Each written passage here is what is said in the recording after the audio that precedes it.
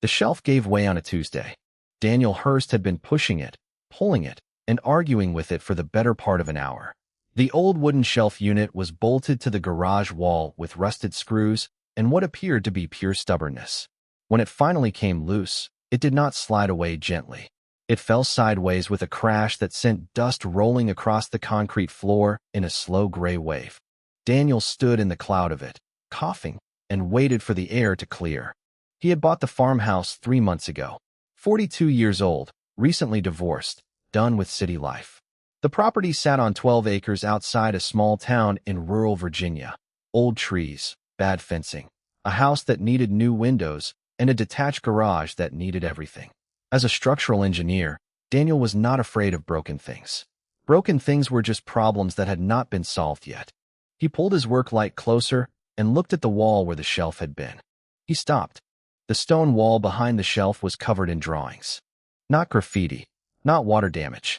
Drawings, small, careful, precise little images scratched and drawn directly onto the old stone. Each one was no larger than his palm. They ran in a clear line from left to right, starting at about knee height and ending near the top of the wall. There were dozens of them. Daniel leaned in close.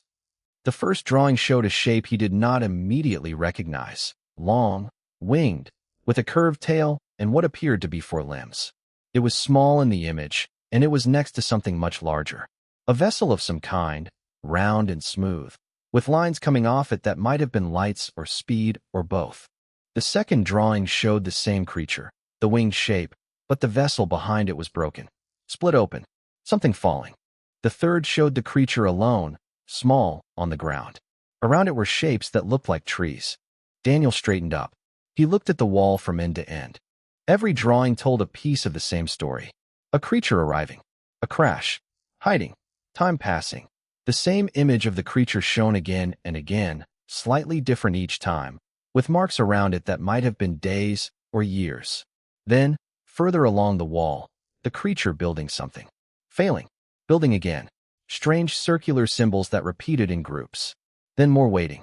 He pulled out his phone and started photographing everything. His hands were steady. That was one thing about being an engineer. You learned early that panicking at a problem never helped you measure it. He worked along the wall section by section. The drawings were not faded the way very old things fade. Some near the left end looked aged, the lines thin and pale. But as he moved right, they grew darker, cleaner. The last cluster of drawings near the right edge of the wall looked fresh. The stone around them was disturbed. Fine dust had been brushed away rather than settled. Something had been here recently. Daniel crouched at the last drawing in the sequence. It showed the garage. His garage, recognizable by the shape of the single square window above the side door, the sloped roof line, the 2-step entry. It was drawn carefully and correctly. In the window of the drawn garage, there was a small square of light. Daniel looked up at his work light, currently flooding the garage with exactly that light. He looked back at the drawing. Then he noticed the detail he had almost missed, pressed into the mortar between 2 stones at the very edge of the last drawing. Not drawn but physically made. A single small claw mark. Clean and deliberate, like a signature. He sat back on his heels and stayed very still for a moment. The garage was quiet.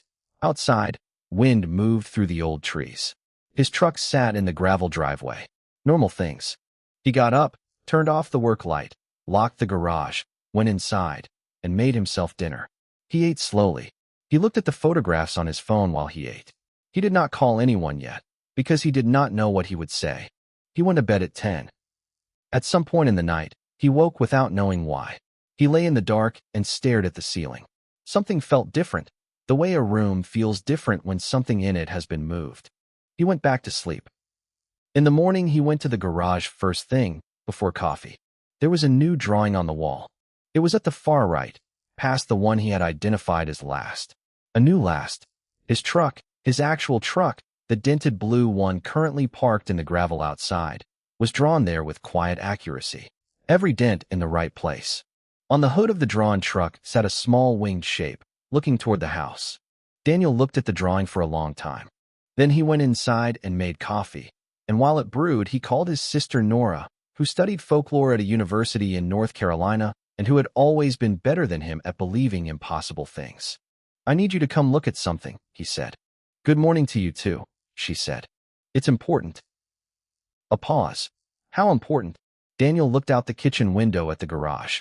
I don't have a word for it yet, he said. Just come. Nora arrived on Friday with a bag full of research books and a look on her face that said she had already decided this was going to be interesting. She stood in the garage for 40 minutes without saying a single word. Daniel had learned, over a lifetime of being her brother, that this was a good sign. Nora only went quiet when something was real. She went loud when things were wrong. Finally, she turned to him. These are not random. There is a grammar here. These symbols in the middle section, they repeat in a pattern. That is not decoration. That is language. A language drawn by what? Daniel asked. Nora looked at the winged figure repeated all across the wall. Something that has been here a very long time, she said. And something that is still here. Look at this last section. The stone is warm, Daniel. Feel it. He felt it. She was right. The stone near the newest drawings was slightly warmer than the rest of the wall. That night, Daniel set up a camera. He aimed it at the right side of the wall where the newest drawings were, turned off the garage light, and went inside. He set an alarm for 3 a.m. and did not really sleep. When the alarm went off, he checked his phone. The camera app showed motion had been detected at 2:47 a.m. He put on his boots and his jacket and walked across the dark gravel to the garage. He unlocked the door quietly and stepped inside. He did not turn on the overhead light. He had a small torch, and he kept it low. Something moved behind the old rusted toolbox in the corner. Daniel moved the torch toward it slowly. He kept his breathing even. He was aware that whatever was there was small. The toolbox was not large, and that small things, in his experience, were either harmless or scared, and either way were not helped by someone looming over them with a light. He sat down on the concrete floor. He waited. After about 2 minutes, a head appeared from behind the toolbox. It was the size of a large cat's head, scaled in pale gold and green, with 2 small curving horns no longer than his thumb. The eyes were large and the color of old copper, warm, amber brown, deeply intelligent. The creature's gaze locked onto Daniel and did not move. Daniel looked back at it and did not move either. The creature's nostrils widened slightly. It was reading him the same way he was reading it. Then it stepped out fully from behind the toolbox. It was, without question, a dragon. Small, the length of a large iguana from nose to tail tip, with folded wings pressed close to its sides. Its scales caught the low torch light and threw back a faint golden shimmer. It stood on 4 legs and held its head high with the careful dignity of something that had decided to be brave. It looked at Daniel. Then it walked to the wall and drew. The claw moved fast across the stone, not scratching randomly, but placing lines with the speed and precision of someone who had done this 10,000 times. In under a minute, it had drawn something new. It stepped back. Daniel leaned forward and looked. It had drawn him, recognizably him, broad-shouldered, sitting on the floor, and itself, small, in front of the wall. And then a symbol, a shape that appeared again and again throughout the drawings on the wall. One he had noticed, but not understood. The creature tapped the symbol with 1 claw and looked at him. Daniel thought about what it might mean. He thought about the sequence of drawings, the crash, the waiting, the failed attempts at something, the signal symbols.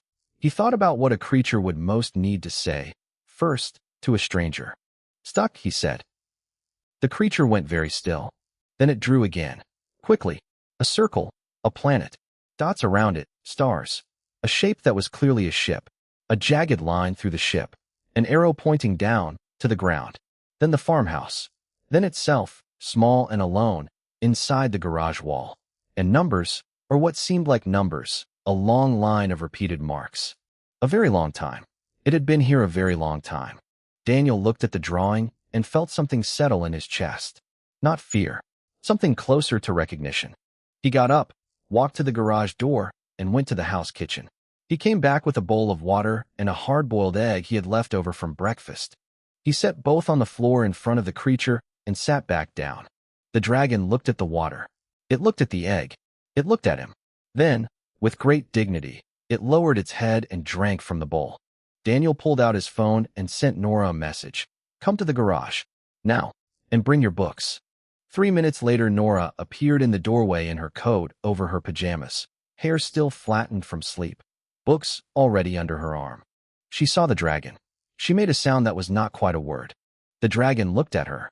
Then it drew her, quickly and accurately, on the wall beside the drawing of Daniel. Nora sat down on the floor next to her brother. "Okay," she breathed. "Yeah," Daniel said. The dragon picked up the hard-boiled egg in both front paws, held it with care, and began to eat it neatly. Nora opened her books.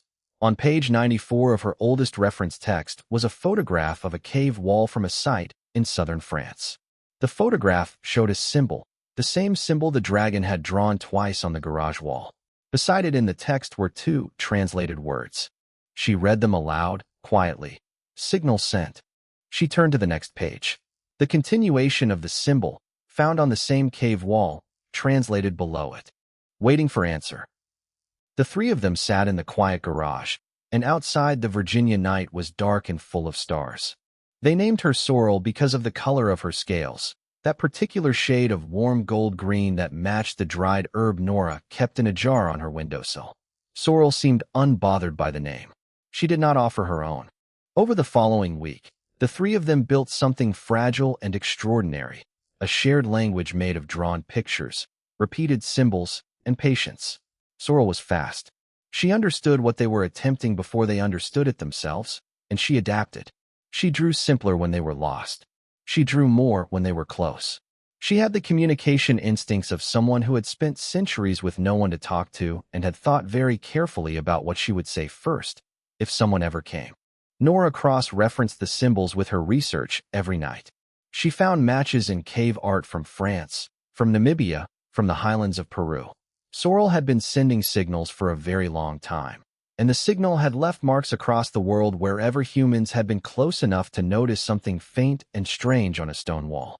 By day 5, Daniel could read about 30 symbols with confidence. By day 7, he could hold a basic conversation. On day 8, Sorrel showed them what the wall drawings were really for. She drew a short sequence that morning, 7 images. Daniel read them. A car moving down a road, a tree falling across it, the car stopped, a person standing outside the car, looking at the tree, then walking. In the last image, the person arrived somewhere on foot. Daniel looked at it. "Is this a prediction?" Sorrel touched the sequence with one claw and then pointed at the symbol she had established to mean now, or today. 2 hours later, Nora drove to the hardware store 3 miles away to pick up supplies. On the way back, a large oak branch had come down across the road, heavy enough that she could not move it. She parked, left the car, and walked the rest of the way back. She arrived carrying the bag and wearing a look that made Daniel set down his coffee. He showed her the drawing. Nora sat down very slowly. "How?" she asked. Daniel had been thinking about this since it happened. He had a theory. He pointed to his own head, then to the drawing, then drew a small math symbol in the air with his finger, an equation sign. Sorrel watched him. Then she drew something new, a long flowing diagram. It showed inputs, weather, temperature, weight of the tree, angle, root depth. Then a line of calculations represented in her symbol language. Then the result, the fallen branch, the time, the location. Precise. She had not seen the future. She had calculated it, the way Daniel calculated load-bearing stress on a bridge, from everything she already knew. Nora stared at it. She is a mathematician. That is what this is. Her brain runs probability calculations the way ours run language. Every drawing at the end of the wall, Daniel said quietly, is a calculation. She knows what comes next because she has been watching everything around this property for years and feeding it into her system. Nora looked at the last 3 drawings on the wall, the ones past everything else, the ones Sorrel kept adding to. The second to last showed the sky, clear at first, then a shape moving through it. Not a plane. The shape was too smooth, too round, with no wings. Below it, the farmhouse, very small. The last drawing, the one added just that morning, showed the same shape, much closer. And next to it, drawn with fine, careful lines, the symbol that appeared in Nora's books, the one that meant the galactic compact. Next to the compact symbol, Sorrel had drawn a second image. A cage, small, with a tiny winged shape inside it. Daniel looked at Sorrel. She met his eyes. She did not look angry. She looked like someone who had already made peace with something and was now simply informing him of the facts. "They are coming for you," Daniel said. One slow blink. Yes. And they will not be happy that we are here.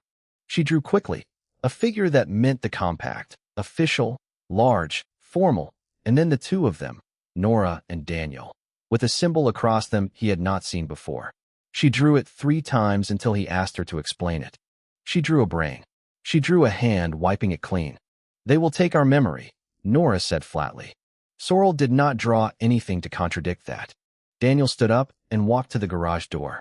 He looked out at the wide Virginia sky, the fields, the old trees, the gravel lane. An ordinary evening. The air smelled like cut grass and approaching rain. He thought about the drawing on the wall. He thought about the shape descending through clouds. He thought about how long Sorrel had sat in this garage alone, sending a signal into space and watching small humans live their small human lives around the property, season after season, waiting for someone to move that shelf. He came back and sat down. Then we have time before they get here, he said. Tell us everything. Every symbol. Everything about them. Everything about you. Everything about what they will and will not accept. He looked at her steadily. We are going to need to know the rules before they arrive.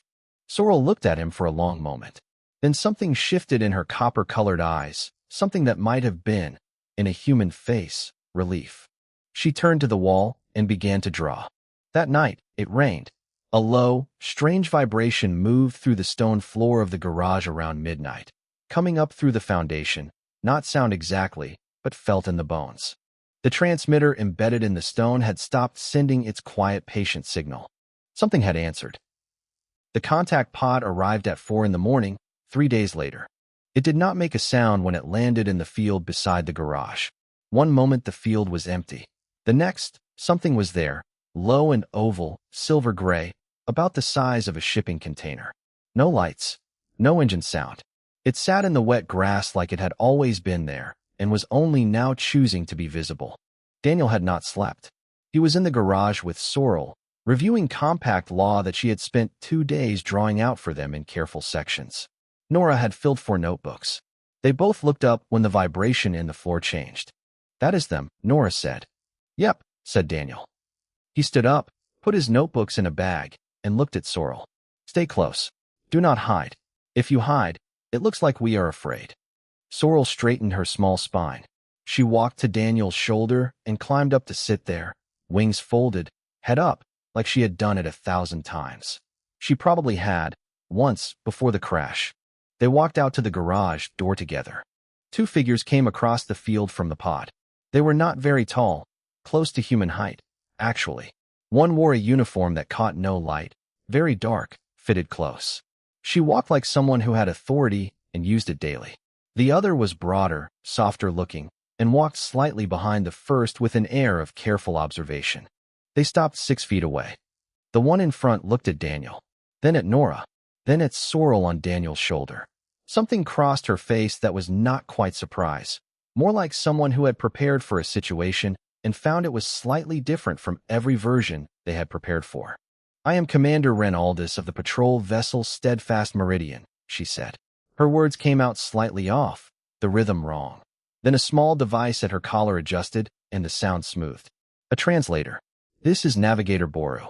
We have responded to a long-range distress signal. We are here to collect the stranded party and to process this contact event under Compact Regulation 7. Regulation 7, Daniel said. Incidental biological contact with an unregistered world. Memory correction protocol applies to any native species that has gained awareness of compact existence. He paused. Is that the one you mean? Aldous was quiet for a moment. The navigator beside her made a small sound. Not a word. Something that might have been surprise, in a different vocal range. You have been briefed, Aldous said. Sorrel briefed us, Daniel said. We asked her to. We wanted to understand the law before you arrived, so this could be a conversation rather than a procedure. Aldous looked at Sorrel. She said something in a language the translator did not catch, something shorter, older. Sorrel replied in the same language. It lasted about 30 seconds, and Daniel understood none of it, but he watched Aldous' face, and he saw what he had learned to look for in tense meetings, the moment when someone recalculates. The memory correction protocol will proceed, Aldous said. Earth is not a registered world. Your awareness of the compact is a contamination event. The stranded party will be remanded to compact custody. She moved forward. Daniel did not raise his voice. He simply did not move. Compact Regulation 14, he said. Cultural Non-Interference Clause. Subsection 3. A species that has experienced passive, sustained contact with a compact agent for a period exceeding 500 standard years cannot be processed under Regulation 7. The contact is no longer incidental. It is historical. The species must be evaluated under Cultural Integration Protocol instead. Aldous stopped. Navigator Boru turned to look at her with an expression that Daniel could read even on an alien face. That expression said, "He is not wrong." The cave drawings, Nora said, stepping forward and holding up her phone, scrolling through photographs. Southern France, Namibia, Peru, the highlands of Bolivia.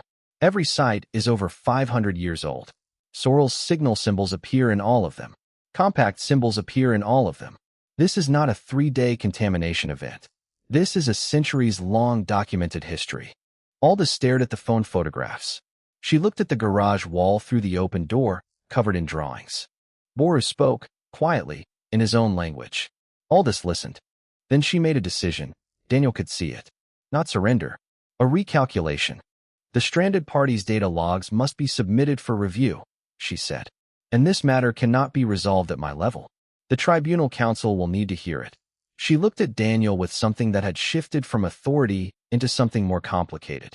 You would be required to appear. In front of the Galactic Compact Tribunal, Daniel said. Yes. He looked at Nora. She was already putting her notebooks in the bag. He looked at Sorrel. She drew one quick shape in the air with her claw, a symbol he knew.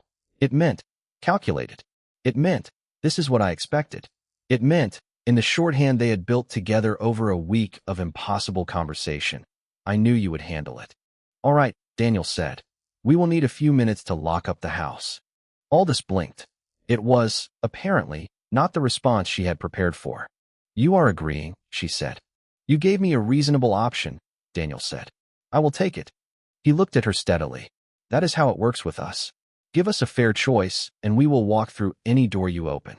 Bora made that small sound again, the one that might be surprise. But warmer this time. Daniel went to lock the house. Nora went with him. And Sorrel rode on Daniel's shoulder, and her scales caught the early pre-dawn light. And for a very old creature who had been waiting alone for a very long time, she held herself with something that looked a great deal like hope. The inside of the steadfast meridian smelled like cool stone and something faintly electric, like the air before a thunderstorm. The corridors were wider than Daniel expected, the light softer, the gravity almost identical to Earth, but not quite. A small difference he felt only in his ankles, like walking on a floor that curved very slightly away from him. He noticed all of this the way he noticed structural details on a new build, not with emotion, but with attention. He cataloged it. He stored it. Nora, beside him, was writing in a fresh notebook she had thought to grab from the house. She had barely looked up since they boarded. Daniel suspected she was happier than she had ever been in her professional life. Navigator Boru walked with them. Commander Aldous had gone to the bridge. Boru was quieter without her, more curious, more open. He asked questions. What did Daniel build? What was Virginia like in winter? How many languages did humans use? When Daniel said somewhere over 6,000, Boru stopped walking entirely. 6,000, he repeated. Give or take, Nora said without looking up. Boru started walking again, but slowly, processing. Sorrel was held separately, comfortable quarters. Aldous had confirmed, not a cell, while her data logs were being formally transferred. The wall drawings had been photographed and digitally rendered by a crew member. Centuries of observation, calculation, and probability records, organized and submitted as evidence to the tribunal.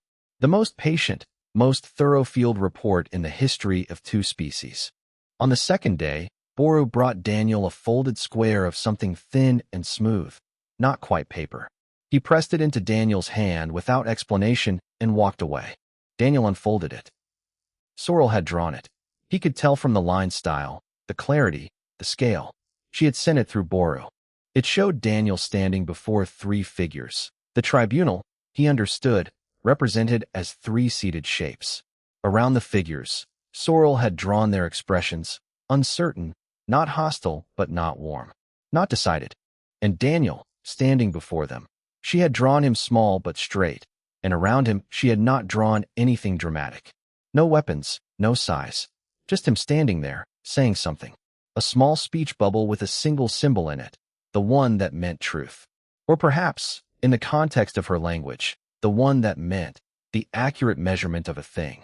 Below the scene, at the bottom of the drawing, she had put the cave symbol, the one Nora had translated on the first night.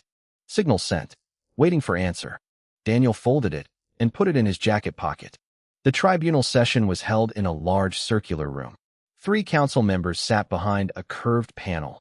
2 he could not read at all, and 1 who was older, slower moving, and watched Daniel with the kind of attention that felt like being carefully weighed. Commander Aldous presented the case.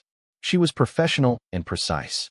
She had, Daniel noted, not misrepresented the facts. She laid out the contamination event, the Regulation 14 challenge, the cave drawing evidence, and the centuries of data logs. She did not argue for or against any conclusion. She gave the council what it needed to decide. Then Daniel was invited to speak.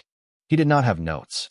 He had thought about it for 2 days in a quiet cabin on a spaceship traveling toward whatever counted as a courthouse for a civilization that covered multiple star systems, and he had decided that notes would make it a performance. He wanted it to be a report. Sorrel crashed on our planet approximately 400 years ago, he said. The translator at the council's panel rendered his words without delay. She survived alone. She kept records. She maintained a distress signal, using what she had available. She did not interfere with human life. She observed it. She waited. He paused. The compact's position is that Earth is unregistered and that our awareness of your existence is a problem to be corrected. I am asking you to consider a different frame. Earth did not reach out to the compact. The compact reached Earth, through Sorrel, through the signal, through the symbols that humans have been finding on cave walls for centuries. The contact already happened. Your law says that changes things. I believe your law is right. The 2 council members he could not read remained still. The older one, the one who had been watching him, spoke. If we leave Earth unregistered and return her to us, what will you do with what you know? Daniel had expected a different question. He took a moment, not because he did not know the answer, but because it deserved a moment. We will be careful, he said. We will take time to understand it before we act on it. We will probably argue about it for a few decades because that is how we do things. And eventually we will be ready to be useful neighbors. He looked at the older council member directly. We are not a fast people, but we are a thorough one. Nora, sitting beside him, added quietly, and we keep very good records. A long silence. The tribunal deliberated privately. A brief recess, shorter than Daniel expected. When the council returned, the older member looked at Daniel once more. Provisional observed status, the member said. Earth will remain unregistered in the formal sense, but flagged, monitored. The stranded party's custody is considered resolved. She may choose her own path. And your memory, a pause, will not be corrected. Aldous, to her credit, simply nodded, as if she had expected it. Boru, behind them, made the small sound again, warm, clear, unmistakably pleased. Daniel let out a breath he had been holding for 2 days. He reached into his pocket and felt the folded drawing there, Sorrel's last prediction, small and precise and quietly correct. Before they left the ship, Sorrel did something unexpected. She had been quiet since her release from the separate quarters, not unhappy, but contained, the way a person is contained when they are processing something large. She walked beside Daniel through the ship's lower corridor toward the contact pod, and she did not draw anything, and she did not signal anything, and Daniel let her be quiet because he understood what quiet meant when it was that kind. At the door of the holding room they passed on the way out. She stopped. She stepped inside. The walls were smooth, a pale, flat material, nothing like stone. She looked at it for a moment. Then she raised one claw and drew. It took her 4 minutes. Daniel and Nora stood in the doorway and watched. She drew the farmhouse. Small, correct, every window in the right place. She drew the garage beside it. She drew the wall inside the garage, covered in tiny marks, hundreds of them, a life's worth of records. She drew the old trees along the lane. She drew the gravel driveway. And in the doorway of the drawn garage, she drew 3 figures. 2 tall ones and 1 small winged one, standing side by side, looking outward. Not at anything in particular, just out, at a sky she filled, above the drawing, with careful scattered dots. Stars. She filled the sky above the little farmhouse with stars. Then she stepped back, looked at it once, and walked out without looking again. She climbed back to Daniel's shoulder. They rode the contact pod back to the field beside the garage. The early morning air hit them when the door opened, warm, thick, full of late summer Virginia. Crickets, the smell of the old trees. Daniel looked out at the gravel and the house and the garage with its side window and thought that he had never, in his life, been so glad to see an ordinary place. Behind them, Boru stepped out of the pod. He was not supposed to. Aldous had already returned to the ship, but he stepped out anyway and stood in the grass for a moment with his eyes closed, and Daniel understood that he was feeling the air. Just feeling it. Then Boru reached into the front panel of his uniform and took out a small device. It was flat, about the size of a large coin, with no buttons and no obvious interface. He held it out to Daniel. It is not quite a communicator, Boru said. Not quite a translator. Something between. Think of it as a door that is not yet open. He paused. For when you are ready to signal. Daniel took it and held it. It was light. Warm, already, from Boru's hand. Thank you, Daniel said. Thank you, Boru said, and he meant it differently. Bigger, and then he went back into the pod, and the pod rose without a sound and disappeared into the blue morning sky. The three of them stood in the field. Sorrel, Daniel, Nora. Then Nora walked to the car and drove to the hardware store and came back with a proper lamp, a roll of insulation, and a small space heater. She and Daniel spent the morning building a proper corner in the garage for Sorrel, insulated, lit, with a low shelf and a window cut to the right height. Sorrel oversaw the project with the critical attention of someone who had been living in a cold garage for 400 years and had strong opinions about insulation. In the afternoon, Nora sat at the kitchen table and began writing the paper that would, very quietly, over the next several years, shift the academic understanding of cave art across 3 continents. She did not publish everything. She left the parts that would not yet be believed. She was thorough, and she was patient, and she knew which battles to pick. Daniel went back to the garage. He looked at the wall. Every part of it, end to end.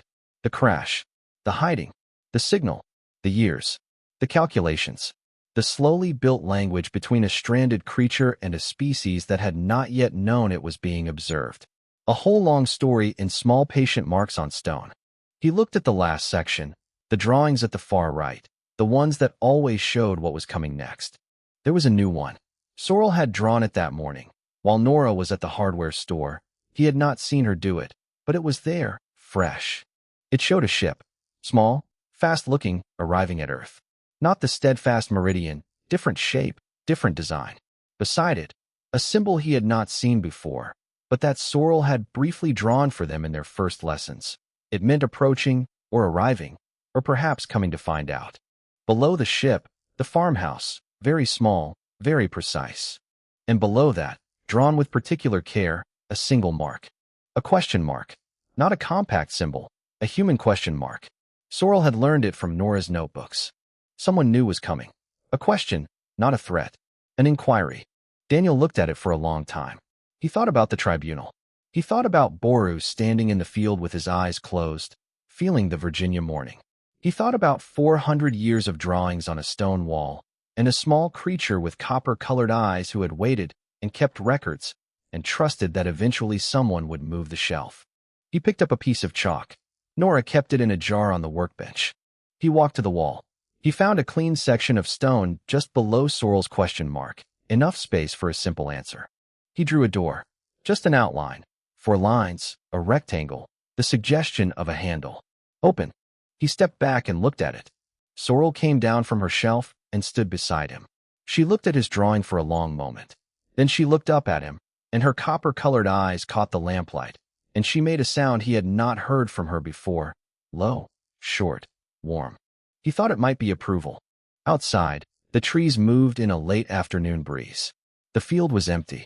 The sky above Virginia was wide and blue and going gold at the edges, and somewhere above it, past the clouds and the atmosphere and the long dark between stars, in the sealed records of the Galactic Compact Tribunal, A single line had been added to Earth's file.